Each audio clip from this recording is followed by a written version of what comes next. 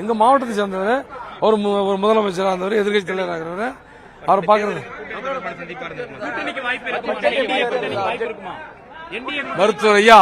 மருத்துவர் ஐயா சொல்லுவார். இந்த கோயிலுக்கு போயிட்டு வந்து சொல்லிட்டுமா, அந்த கோயிலுக்கு போயிட்டு இல்ல எங்க தலைவரோட சேர்த்து சொல்லி எங்க தலைவரோட சேர்த்து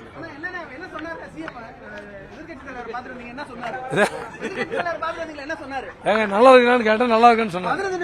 நல்லா இருக்கியான்னு நல்லா இருக்கலான்னு கேட்டேன், நான் நல்லா இருக்கேன்னு சொன்னார். நீ நல்லா இருக்கான்னு கேட்ட, நீ நான் தான் மீன் சொல்றேன்.